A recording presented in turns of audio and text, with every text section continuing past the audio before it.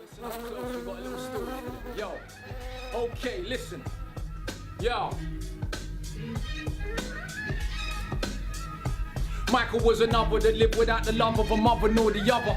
Not the story of a brother not using a rubber. Father was a militant ruster back in the early 80s. Lit banks, built hood schools so you could learn your babies. A course poser, jag with the chauffeur. Also sent paper to the rebel fighters in Angola. Cause back then, the OGs understood the mission of the system for planting division in the hood. Real soldier spirit, hustle may be part of living.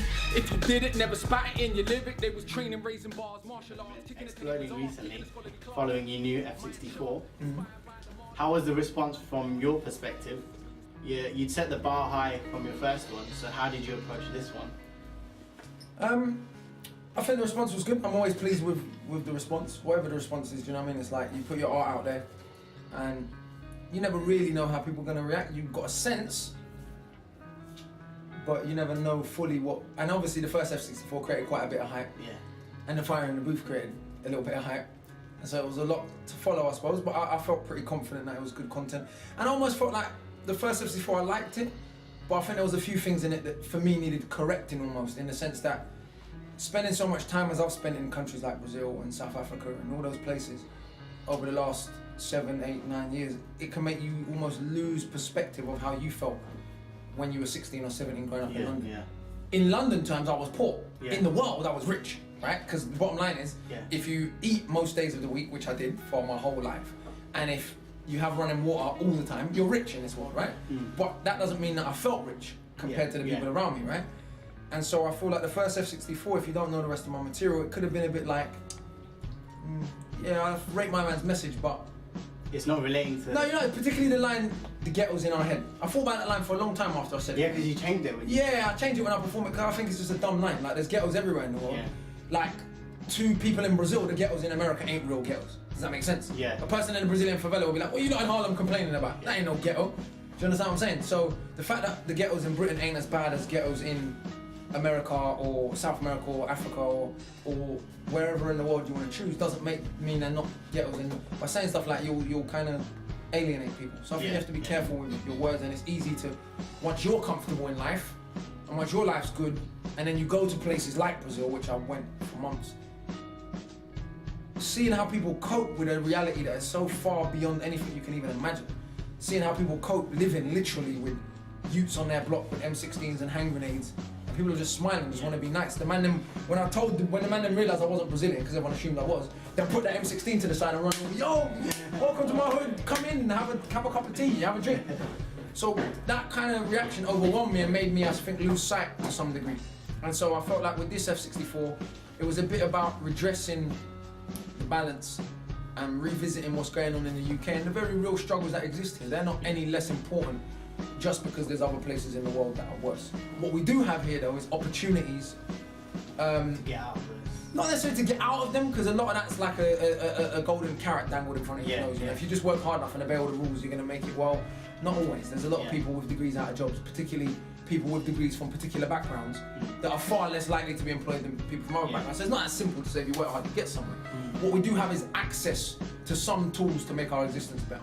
And I feel like as an artist, my job is to try and encourage and create a coolness around accessing those things, and around being intelligent. I'm not saying to no one be a pussy, like, to be frank, to use the language. I'm not saying to no one be a punk and let no one mug you off. That ain't got nothing to do with your intelligence. Do you understand? You can be intelligent and be able to defend yourself. You know, you can be intelligent and get girls, you know. I know that. You understand what I'm saying? So I'm not trying to sell you a lifestyle like be a nerd. You know what I mean? Like be or neat or whatever it is, idiot names we give it. Because we look at all these people that we think are so successful. We look at these countries like Japan. How did they get there? By being neaky, right? Yeah. So when we're like, oh, fuck education, what we're essentially saying is, fuck progress. And so I feel like, I know it's a roundabout way of saying it, but the new F64 was about looking at the struggle in the UK, but also looking at the reality of that struggle. Popular choice. If you want to vote for the F64, the first one, raise your hand, please. Okay, looks like the Fire in the Booth's gonna be the winner. If you want to vote for the Fire in the Booth, raise your hand. We have an overwhelming winner in the house. I gotta be honest, I prefer the Fire in the Booth too, so thanks. Fuck it. I'm not even gonna do it with the beat. Fuck it. Listen.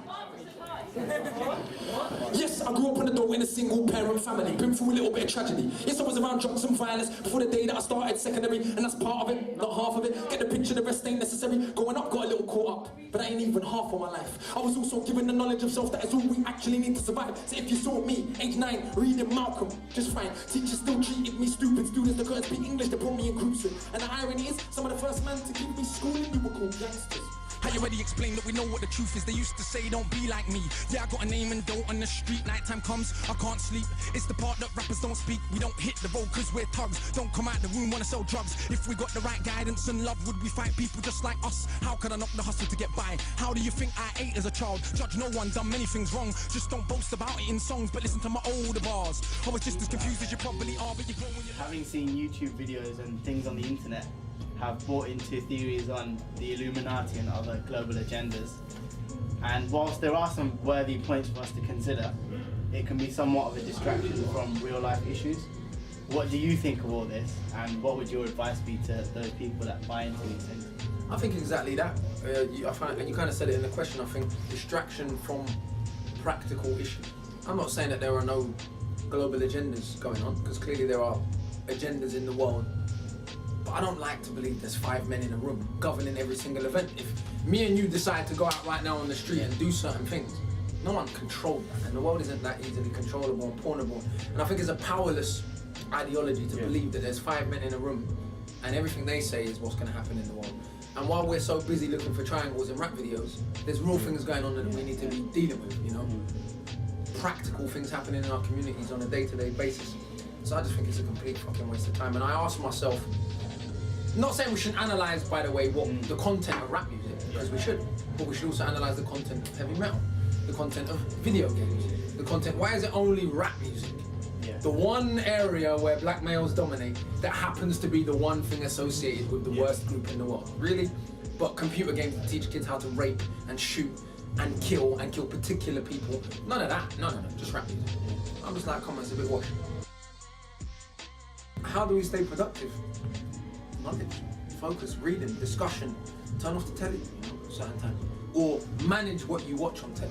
You know what I mean? Don't go home and just put the telly on after a day out. That would be my main advice to people, you know, is when you come home from work, wherever you're feeling shitty, develop a habit of reading a book.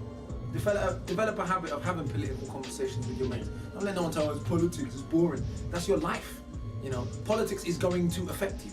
You can say it's all politics, then the next moment you ain't got no job and your tax has gone up, and this has happened. Well, that's the result of politics. Guess what? Because you don't understand it, now you're in a particular situation, and someone's convinced you that politics is sneaky, you shouldn't be interested, and politics affects you every day, right? So I would say to people, just cultivating habits. We're not going to save the world, one individual, you know. You go along and make a song and now the world's different. It doesn't work that way, you know what I mean? Yeah. We do what we can, but if we cultivate productive habits and productive mentalities, we can play a small part in hopefully quelling some of the fuckery out there, in the words of Peter Tosh. But yeah, just don't waste time looking for triangles and rap videos. I don't think it's really the most productive use of your time. There's a lot of books you could be reading while you're worrying about, you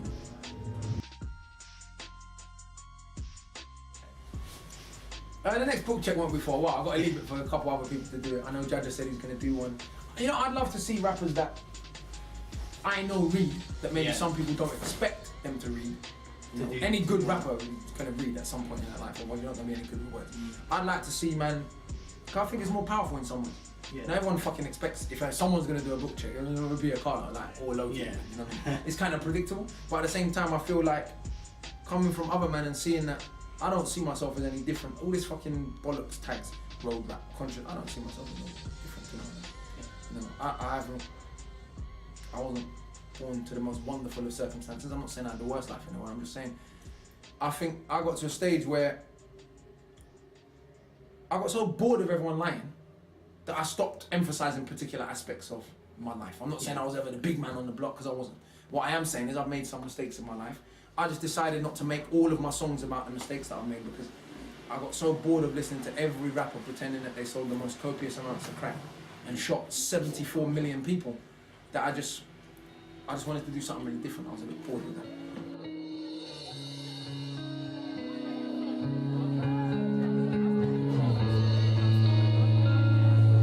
Big up DJ Specs on the decks, by the way. Nah, come on, better than that. Big up DJ Specs on the decks, by the way.